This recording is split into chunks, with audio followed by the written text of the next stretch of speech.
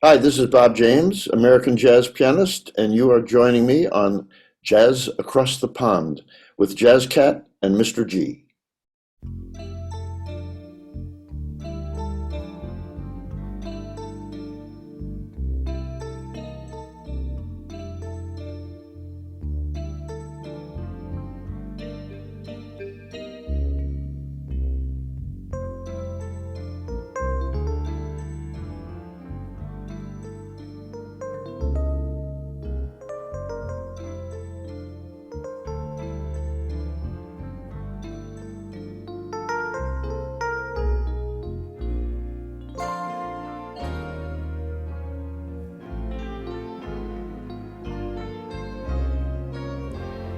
When you just give love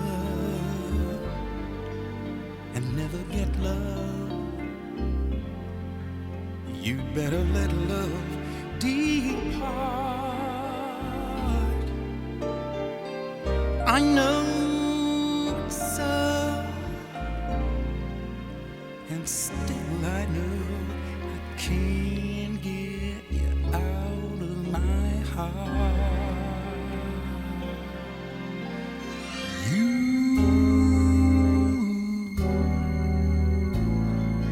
made me leave my happy home. You took my love and now you've gone. Since I fell for you,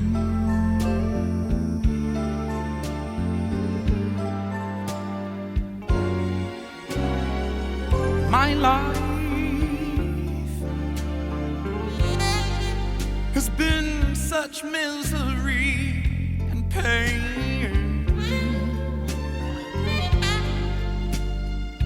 I guess I'll never be the same since I fell for you.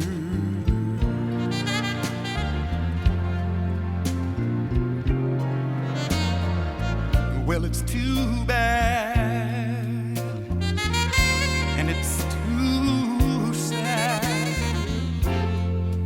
that I'm in love with you. Well, you loved me, and then you snubbed me. But what can I do? I'm still in love with you. I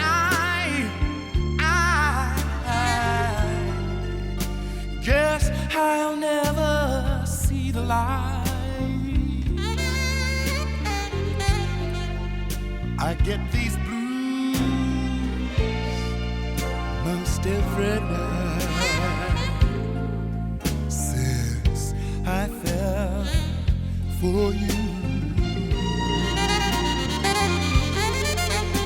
Well, play this.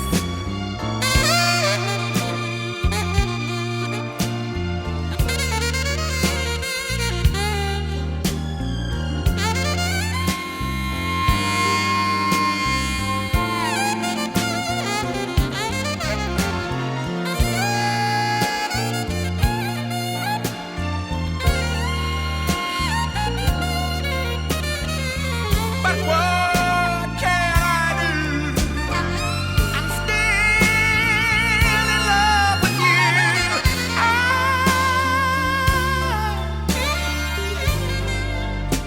I guess I'll never see the light. I get these blues most every night since I fell for you.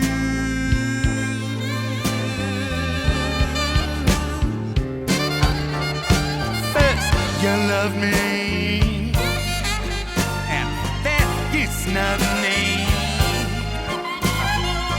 I prayed you'd put no one above me, and now I'm black and blue. It's forgive you. I'll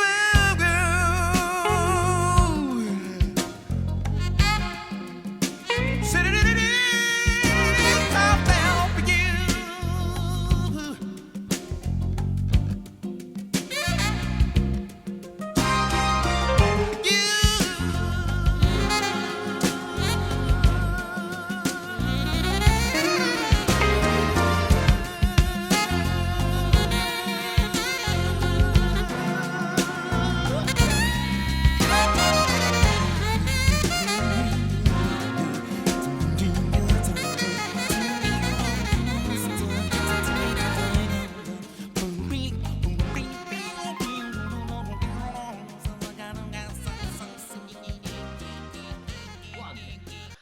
Well, ladies and gentlemen, on this week's Jazz Across the Pond, Jazz Interviews Reimagined, we welcome an American jazz icon, a Grammy award-winning jazz legend.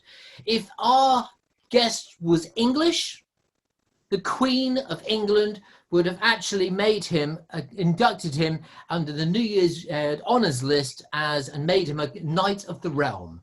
And he would have been knighted for his dedication to jazz music.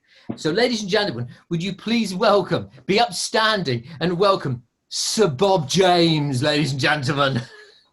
Wow. I don't deserve it, but I guess I'm very flattered, and I accept that very nice, glowing British introduction. Hey, sir, I've been a massive fan of yours, as I know Kevin has for many years. We have got so much to get through tonight. We really have. Right, Kevin, kick things off. Oh, we've lost sound. Uh-oh. Oh, dear. Am I back? You're back. You're back. Go.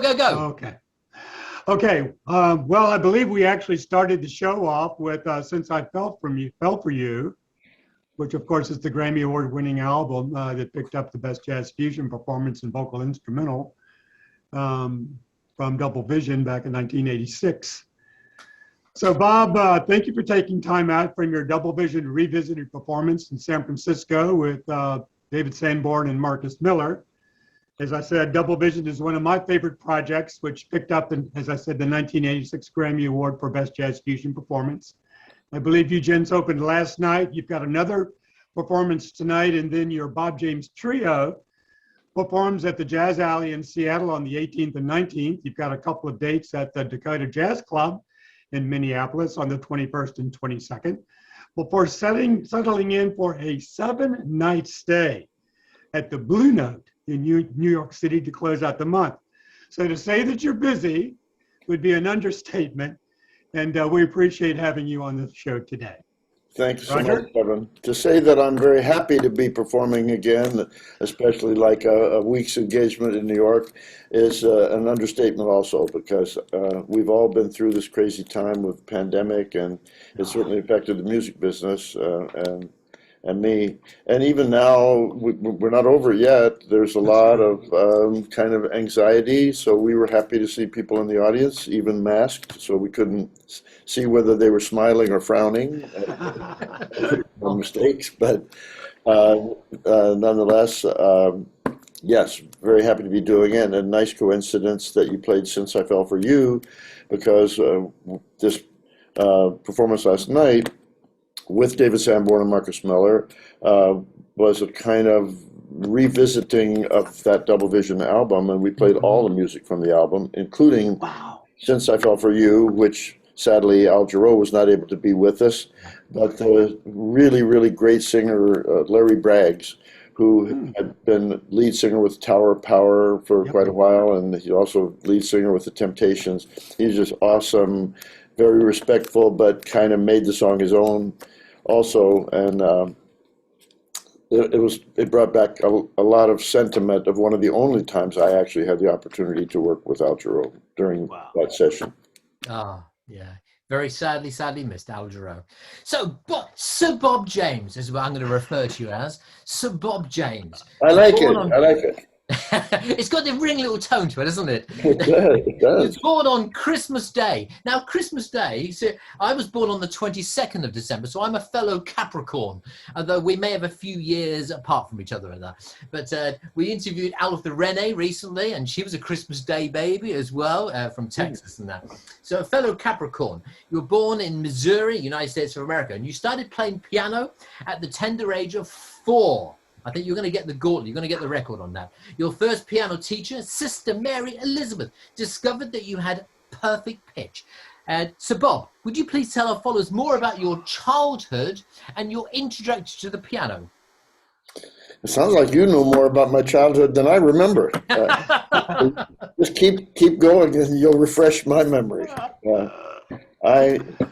Yes, there was a small town in Missouri where I was born, which had almost no jazz in that area. So I had to discover about that a bit later in my life.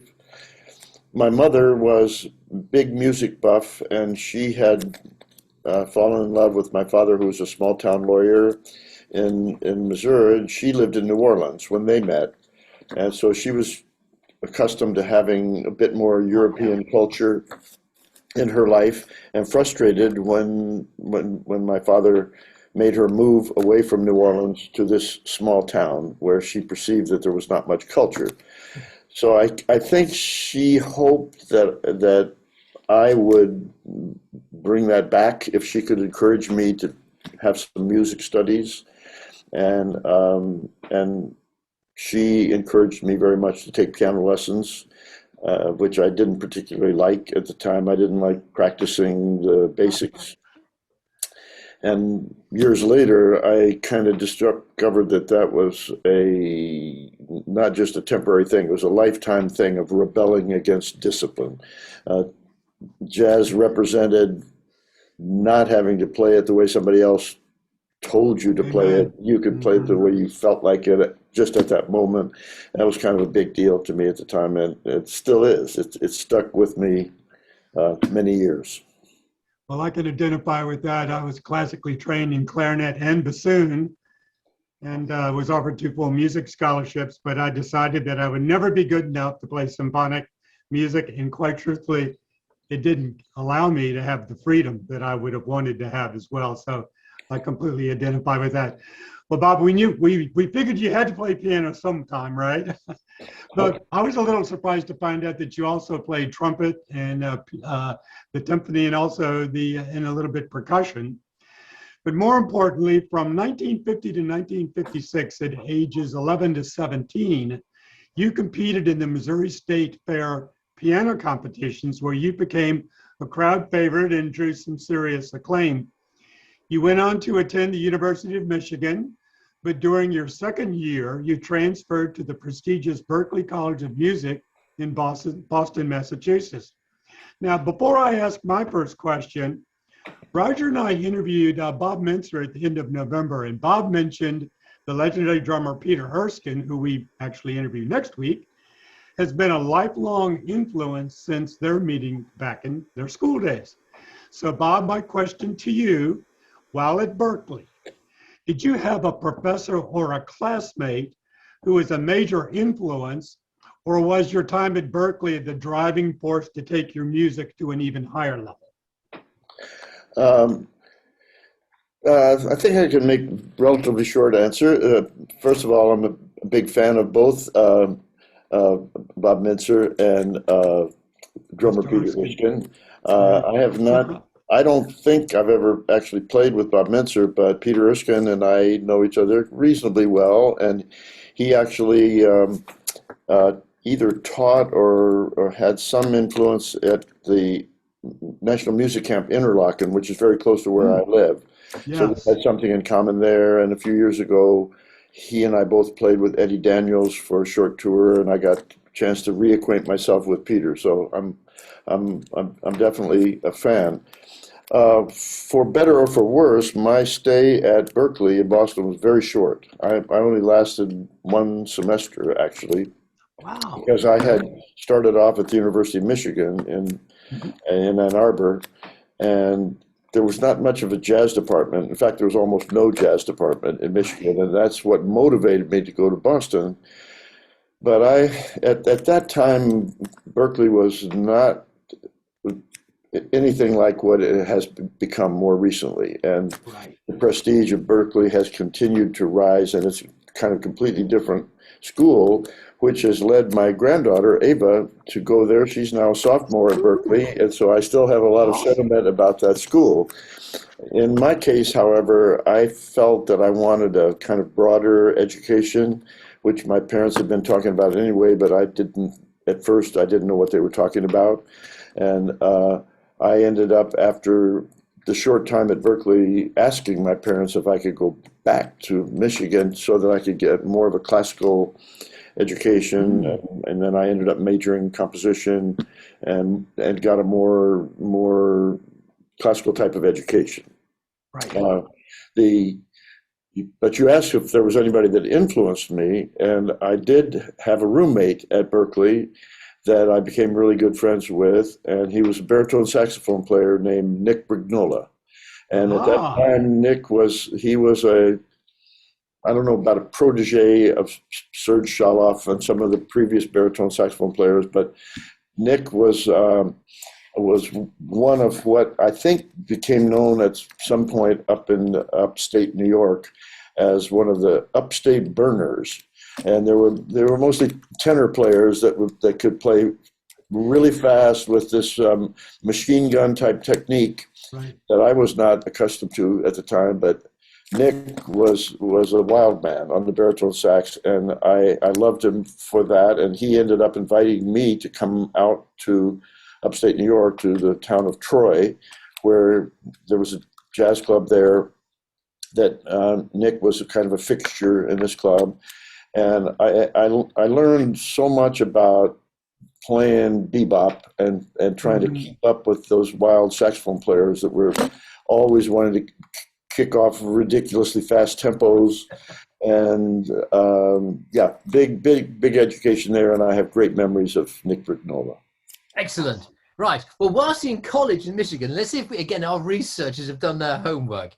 You played free jazz with musicians in Detroit. And in 1962, your band entered the Notre Dame College Jazz Festival, where the judges included one Henry Mancini and one Quincy Jones. Quincy Jones was so impressed by you. You went ahead and won the competition. He signed you up for your first album, and your first album was Bold Conceptions, and that an incredible album. Look at that album there, incredible. It was what I hold that very dear to me, that album there. So very quickly, could you tell us more about that momentous occasion there with Henry and Quincy there as the judges? Could anyone have ever had a better opportunity to learn how to name drop than I did? So Really? I learned about name dropping, and when I dropped the name Henry Mancini and Quincy Jones, it was kind of automatic open door to me to do whatever. And I'm still trying to do it, even at this time, whatever it is, 60 years later, I love dropping those two names. In our field, that badge of somebody who has a great reputation, is well known, and learning that being able to say that they like your music definitely opens the door. It was mostly Quincy that did it for me. I met Henry Mancini briefly. Frankly, in my memory, I think Mancini thought my avant-garde stuff that I was doing at that time was a little too weird for his taste. And I'm not even sure whether he voted for me or not, but for however it turned out, Quincy's vote prevailed, and the three of us in my trio that I took down there, we won individually on our instruments, and we won also best group at that festival, which many people said, in spite of the fact that we were playing some crazy avant-garde jazz in addition to playing some straight ahead bebop style. So it was a big deal, and Quincy, as a result of him being intrigued by what we were doing, and it was very different from what the other bands were playing. Um, Wanted to follow up and signed us to make that Bold Conceptions album. And as a result of doing that, I got to know him, and he encouraged me to move to New York right after that. And I was able to use his name, drop that name in New York, and meet a bunch of people through him. And off and on, that has continued throughout my career. Well, that time in New York. I was just going to say, Kevin, you can ask one more question before we play a track. Okay, yeah, actually that time in New York, when Quincy had you come in, really did open a lot of doors. I mean, it wasn't too long after that, you actually played piano for Sarah Vaughan. You worked with Quincy a couple of times, but what I really found amazing was some of the projects that you worked on. You were with Milt Jackson, you were with Stanley Turrentine, who you recorded with 4 times. You've played with Grover Washington Jr., and you've recorded with him 5 times. You've been with Maynard Ferguson. You've worked with legendary greats Hubert Laws, who you've recorded with 10 times. Chet Baker, who you've recorded with 4 times. Eric Gale, 4 times, as well as Bill Evans, Ron Carter, and Eric Dolphy, one of my all-time favorites. Ooh. Now, Bob, of all the incredible artists that you've worked with, did you ever have one of those sessions where you were like totally mesmerized by the experience? Can you think of one artist that it was like totally mind-blowing? You were sitting there playing with that particular artist back in those days. Not one, Kevin. Almost all of those names that you mentioned, I had exactly that feeling. I couldn't believe that I was there in the room, because most of them that I met through those years with Creed Taylor and the CTI label, Yes. that I met directly because of Creed Taylor. And the lineage came about because I met Creed Taylor directly because of Quincy. Quincy was making his album Walking in Space for Creed Taylor, and Quincy hired me to play piano on several of the sessions and to actually write a couple of arrangements also. So it proved to be my audition for Creed Taylor, and based again on Quincy recommending me and believing in me, Creed Taylor started hiring me. And Yes. before I knew it, I was on these sessions with the people that you mentioned and trying to keep up, trying to keep from being too overwhelmed by who I was suddenly in the room with, trying to apply all of these things that I had learned in college, or the stuff that I wanted to be able to do to impress them or to feel like I was Right. on the inside. I was just talking to Marcus Miller yesterday, actually, because we were working together, and Marcus was asking me what it was like to work with Eric Gale. And Eric Gale, a great guitarist, was one of those people that did completely blow me away and made me feel completely intimidated, honored, hypnotized, mesmerized, all of those things. But Eric was really quiet and almost impossible to actually talk with him very much and get to know him. So it was just the playing. And the first few sessions I did with him, I just didn't feel like I was anywhere near up to his level. And I was trying to do my thing and play my voicings and hang in there. But Eric was kind of just quiet. He wasn't negative about it. He didn't say anything about me doing anything wrong. I just couldn't read him. I couldn't figure it out. And I don't know how long after those first sessions, but I eventually learned from Creed Taylor that Creed had asked Eric into his office to offer him his own solo project to record for Creed as a solo artist.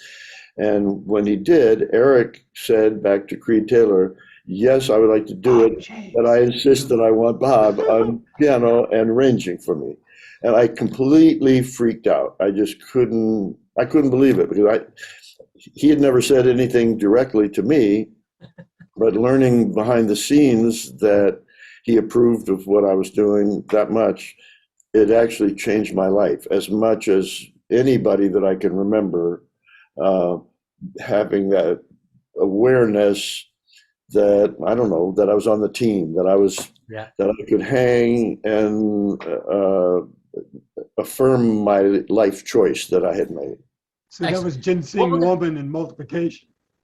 That, Ginseng Woman and multiplication yeah, were those two projects. yes, that was a bit further down the line, but the project that Eric wanted me on first was his album called Forecast, which was an early album for CTI.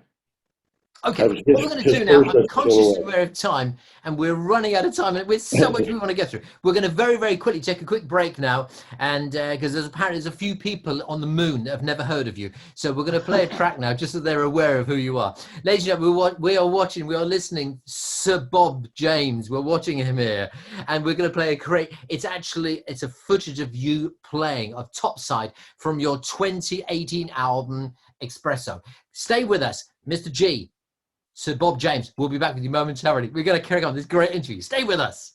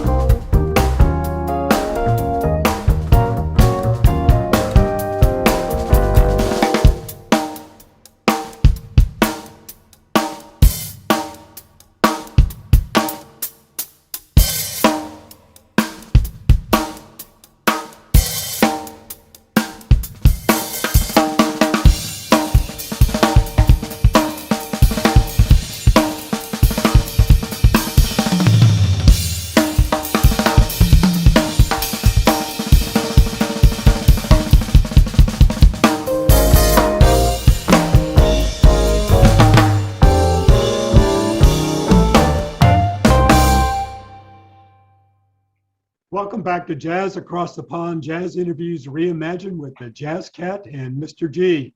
We've been listening to Topside, the number 6 song on Billboard's 2019 year-ending Top 50 chart from the incredible 2018 project Espresso by today's guest, Mr. Bob James.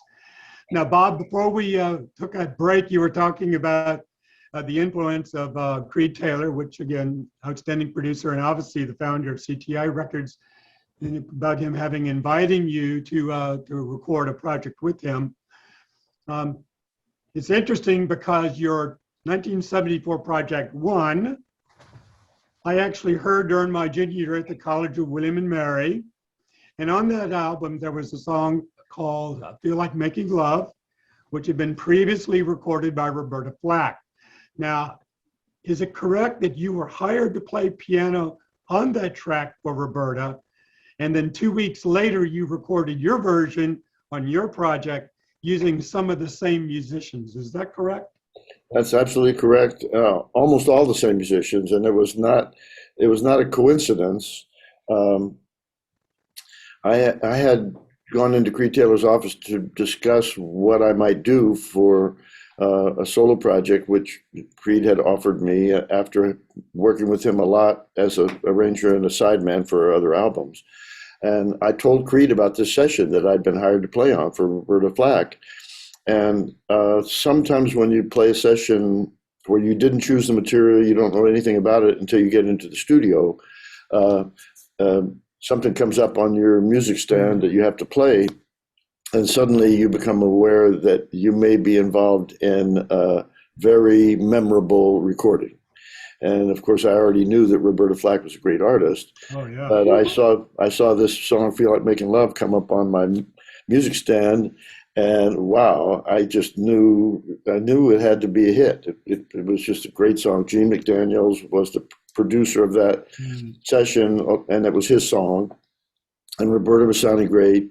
So I was telling Creed Taylor about it, and I said, maybe we might have the chance to be the first cover version if we move fast and get in the studio and record it. And I loved the guys that were playing that session with me at that time. Gary King was on bass. Idris Muhammad was playing drums. I had a guitarist named Richie Resnikoff. And so we did. And so we included that as one of the tunes on my instrumental project. And as it turned out, Roberta's album took longer to finish than mine did. And my album actually came out before hers. So Wow. if I had been a bad guy, I might have even been able to say that she was doing a cover version of my recording, but that would have only got me in trouble. And even the way it was, Roberta's people were not particularly happy that my version had come out first. But in the long run, it didn't do anything bad for her, and her record became a huge success. And because of the fact that the sound was so similar, and we did it in the same key, same kind of groove with the same band, many DJs at the radio stations heard that and would play both of our recordings back to back.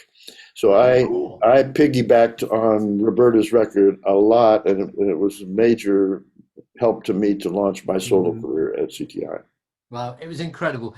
Now, of course, we've seen the video, wonderful video footage that you play, because I'm a massive Fender Rhodes fan, and I know you are as well. The Fender Rhodes sound is still unique, and your video shows you going from the Fender Rhodes over to the wonderful piano. After 3 solo albums, Sir Bob James, you then came out with your own record label, Tapping Z, and in 1978 you recorded the album Touchdown. This is my den of iniquity, this is. No one's allowed in this room. And you've got a whole column dedicated to yourself on the wall there. And within the section there, you got the wonderful Touchdown. Now, among the songs was a song called Angela. Now, my question to you, because time is running out, we've got so much to get through. What came first, Angela or Taxi, from the wonderful theme from the series? Both at the same time, actually.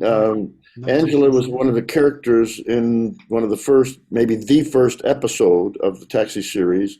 And the character Angela was a telephone operator, and the character played by Judd Hirsch on the series was communicating a lot with his telephone operator, and decided that he wanted to have a blind date or meet her for the first time. And so that music ended up getting used as Judd Hirsch was walking down the hallway to meet Angela for the first time, never having seen her before because she was just his telephone operator. So the producers heard this theme that I had written that didn't even have a title, and they thought that the mood was right. And at that time, I had been talking to the producers about how they only called me because they had heard my CTI album BJ4, my fourth CTI album, and they liked the style of it. They liked the sound. Mhm. I wasn't doing any TV music at that time, and so I said, well, the only way I can give you that kind of groove or that kind of feeling is that if I maybe treat it like a regular recording session, and not try to write 10 seconds worth of music the way you normally would for a sitcom. So I went in the studio and I said, I'll give you some fast stuff, I'll give you some slow stuff, whatever, happy, sad, a wide variety of music, and maybe you can treat it almost like a library of music for your show. And I had submitted one song that I thought might be appropriate as the main theme, which they did not choose because they heard this other piece, which ended up being called Angela. They knew something that I didn't. The opening segment that shows the taxi going across a bridge at dusk had a mellow mood that they were wanting to look for, and that piece just happened to fit. And they asked me if I would consider letting them use that instead of the piece that I had actually submitted. And of course, who was I to argue with that? And so I said, yes, of course you may. And then on my album Touchdown, I ended up using the piece that I originally had composed for them. And I retitled it, and it became Touchdown, the title song of my album. So Touchdown did not appear ever in the Taxi series, I don't think, but on that same album was that piece along with Angela. Well, just to let you know, because Ed, I do the jazz moods on Wednesday night, and the shortened version from the Genie, the themes from Angela from Touchdown. I finish my show every year, every week for the last 5 years. I always finish off with Taxi, so you always get credit at the end of my show in England. It's like an old friend for me now. I think a lot of people, if they have a hit record that's a kind of novelty, they years later, if they still have to play it or sing it, they don't like it. They're frustrated because it's no longer trendy, or the novelty has worn off, or something like that. Right. But Angela, to me, is a simple piece, and it's a classic, romantic, and so I'm not in any way frustrated when people always ask me to play it. In fact, very often that's the only thing they want me to play. Okay, time's around. Kevin, over to you. Yeah, Bob, we would be remiss if we didn't take a little bit of time to talk about this little quartet thing you kind of did for, I don't know, it's been quite a while now, but are we right in saying that when you were looking for a bass player for your album, The Grand Piano Canyon, that you had a drummer named Harvey Mason and a guitarist named Lee Ritenour, who suggested a bassist, Mr. Nathan East, for the project. Not only did that work out well, you guys hit it off, and that actually was the genesis of the beginning of Foreplay. Now, of course, the band went on and recorded well over 10 albums, and you had several changes in personnel, with Larry Carlton replacing Lee Ritenour, and then, of course, the late, great Chuck Loeb replacing Larry. I don't think there are too many people who would say that Ritenour, Carlton, and Loeb, who we tragically lost on July 31st of 2017, are by far three of the greatest contemporary jazz guitarists of our time. My question to you, and I know it's a sensitive one, is there anyone who can fill that honored fourth spot on Foreplay? We talked so much about that after Chuck Lowe passed away, and tragically, and the conclusion. I don't even want to use the word conclusion because I don't like closing any doors. Right. I think the best thing for any of us to do is keep the doors open because you never know what's going to happen next. Right. As of this moment, I don't believe that there is a big motivation yet to reconvene foreplay actively, primarily for that reason, that what really happened with Chuck, and they were all great for different reasons. Yes. In the case of Lee Ritenour and Larry Carlton, both of them ultimately decided that a team member group commitment was not what they were looking for, and that's the reason why we changed in both of those first two instances. But then when Chuck came along, Chuck really got it. He got the team spirit, the multi composer, arranger, studio guy, soloist, everything, and we were so happy that when the bad news came and we had to face up to it, it just seemed like that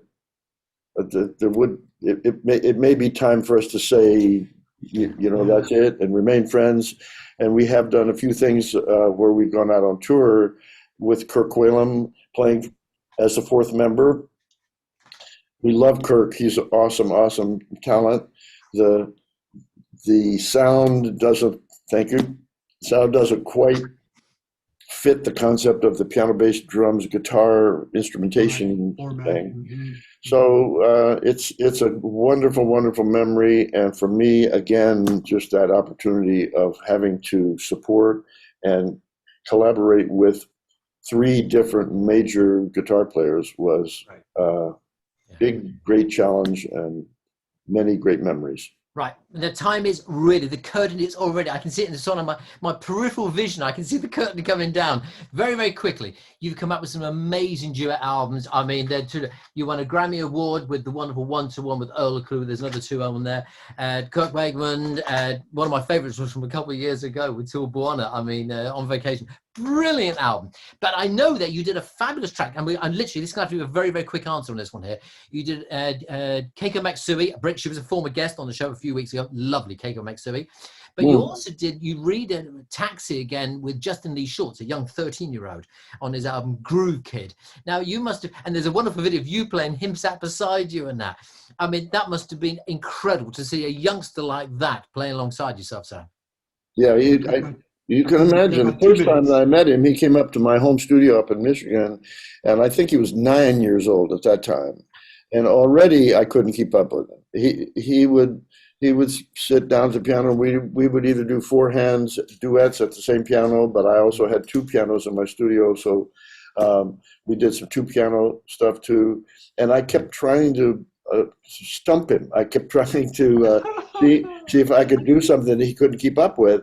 And I would play a phrase, and he'd be on it so fast, voicings, everything, incredible genius talent, and the most positive, happy spirit of anybody I think maybe I've ever played with. The smile was always on his face, and just watching him have this new wonderful career is very much fun for me, because I think I was maybe his earliest influence when he was first starting out, and awesome. Very proud of that. Well, Mr. James, or Sir James, I guess, as I have to call you for at the end of the interview. Remember that. According to a website called whosampled.com, your two songs, Nautilus and also Take Me to Mardi Gras, and this blows my mind, are among the most sampled songs in hip hop history. I mean, have you had a chance to kind of reflect on that distinction? I mean, that's pretty amazing stuff, right? Yes, still completely overwhelms me. I still don't understand it. I try to understand it, and I have been more proactive at actually entering into conversations with different hip hop artists to try to help me understand what's going on with it. For example, there's an artist, Ninth Wonder, who has the distinction of lecturing on hip hop at Harvard.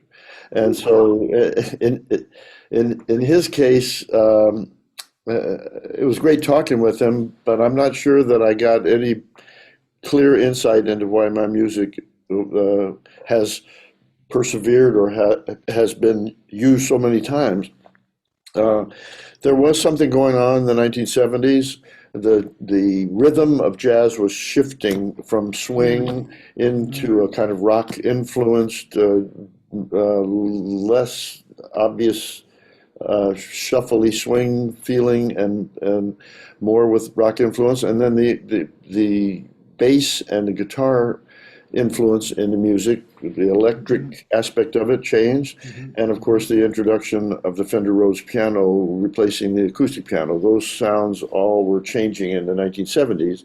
So that's electric jazz and jazz fusion, basically, is what we're talking about, those kind of influences. Yes, and the two songs that we're talking about that ended up being sampled so much were, for me, right at the beginning of when I was playing the Fender Rhodes piano on Take Me to Mardi Gras and on Nautilus.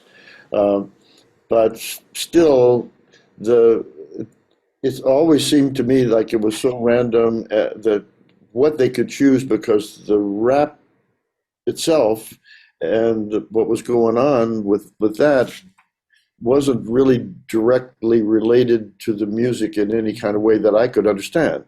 To me, it could have been anything. And of course, eventually, it did become that, where they were just going through LP collections, and the producers were choosing crazy different things that sometimes you wouldn't even be able to recognize what they were. Right. But it's still going on. Ghostface Killah just came out with a track. He was one of the members of Wu-Tang Clan in the hip hop world. Last week, he just came out with a track, and the title of this tune on his track, the title is Bob James Freestyle. He uses my name even as a, I don't get it. I don't get it. But at the very least, that use of my music and my name being in circulation in that field has led a bunch of young people to hear me that would never have heard otherwise. And I feel good about the fact that sometimes at least they explore my own records and not just hearing me play in chunks and on loops on the hip hop stuff too. So I don't have any reason to complain about it. Not at all. Well, and the longevity of it all. Right. So, Bob, hopefully we've now shown and demonstrated either by your continued demand to see you live. You're in San Francisco. You got your curtains drawn, because I'm sure I could see Alcatraz in the background there.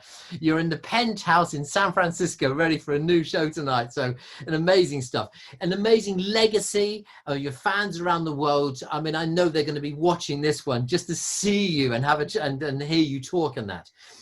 But I mean, let's just work very, very quickly. I mean, I've had to read this a couple of times. Just literally a smidgen of some of the artists that you've worked with: Patty Austin, George Benson, Chris Botti, Gary Burton, Peter White, The Carpenters, Natalie Cole, Deodatus, Neil Diamond, Sarah Vaughan, Dionne Warwick, Aretha Franklin, Michael Franks, Chuck Loeb, we've already mentioned, Chris Standring, another former guest here on the show, Dave Koz, Paul Simon, Luther Vandross, and Frank Sinatra from the wonderful album LA Is My Lady, which I love that album to pieces. It was like the who's who of music in that album. It's incredible.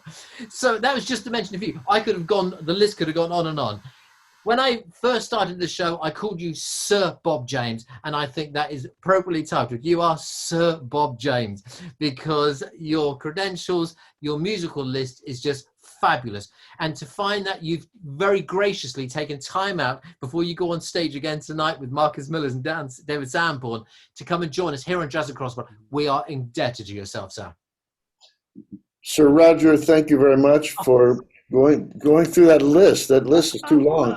Mainly when I hear a list like that, sure, I love the name dropping aspect of it, and I'm so lucky to have done it.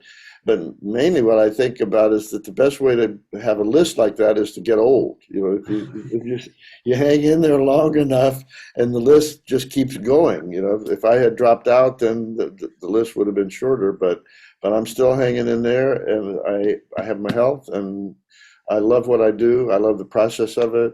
I am extremely honored that I've been able to make music with those people that you described, Absolutely. and I hope I got more left, and some new people maybe that I haven't met yet. Well, you're Well, talking Bob, you about know, new. Of course, you got your new album just about to release, which is Feel Like Making Live, which is release date is January the 28th. And I think we're going to have a quiet word with you and your manager to see if there's any chance we can have a little bit of a track that we could feature at the end of this video as like a world premiere. You know, That would be great. You have my approval. oh, great. that does it right there. Well, Bob, I'll So- tell you what we'll do. If you'll let everybody else know if there's a track in particular from the new project that's due to be released. If there's a track you would like to insert, you just pick it and you forward it on to us, and that's Sure. what we'll close the interview out with. Sure.